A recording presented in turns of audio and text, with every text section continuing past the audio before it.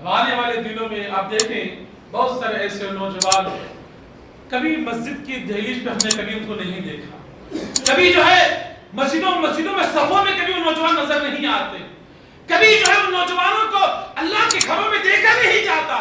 लेकिन आप देखो चंद दिनों के बाद रास्तों में झंडे लेकर के, रास्तों में जो है बड़े जोर और शोर के साथ जो है जुलूस मनाते हुए नौजवान नजर आएंगे, जो कभी जुमा की नमाज तक जो है एहतमाम नहीं करते। ये सब जिहालत है, लाइमी है। आपको मालूम होना चाहिए अल्लाह के नबी अलैहिस्सलाम की पैदाइश रबीउल अव्वल की 9 तारीख को हुई है और आप सल्लल्लाहु अलैहि वसल्लम की इंतकाल, आपकी वफात जो है 12 रबीउल अव्वल को हुई है। कुछ लोग कहते हैं नहीं, वफात भी 12 को हुई है, आपका इंतकाल भी जो है, आपकी पैदाइश भी 12 को हुई है। चलो मैंने मान लिया, अगर अल्लाह के रसूल की वफात और पैदाइश एक ही दिन होती है, मैं आपसे सवाल करना चाहता हूँ, अल्लाह के रसूल के नवासे कौन हैं?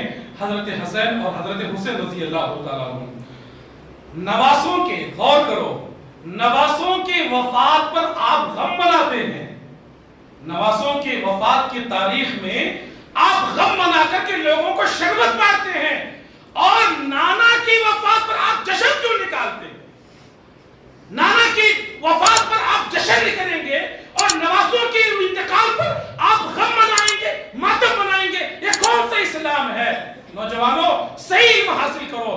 अल्लाह के रसूल की पैदाइश इसी महीने में हुई है, अल्हम्दुलिल्लाह। मैं अल्लाह से दुआ करता हूँ कि अल्लाह के रसूल सल्लल्लाहु अलैहि वसल्लम की अगर सुन्नत का सही हक अदा करना है तो आओ नबी सल्लल्लाहु अलैहि वसल्लम की सुन्नतों को अपनाओ, नमाजों की पाबंदी करो, मस्जिदों को आबाद करो, अपने आप को जो है किताब और सुन्नत के मुताबिक जिंदगी में ढालने की कोशिश करो, अपना हुलिया नबी के सुन्नत के तरीके के मुताबिक हो, हमारा चेहरा जो है नबी के चेहरे के मुताबिक हो, हमारा लिबास, हमारा तरीका, हमारी बिजनेस, हमारी तिजारत, हमारा रहन सहन, हमारी तरबियत, सब कुछ जब अल्लाह के रसूल के तरीके के मुताबिक होगी, तब जाकर के अल्लाह के रसूल हमसे खुश होंगे।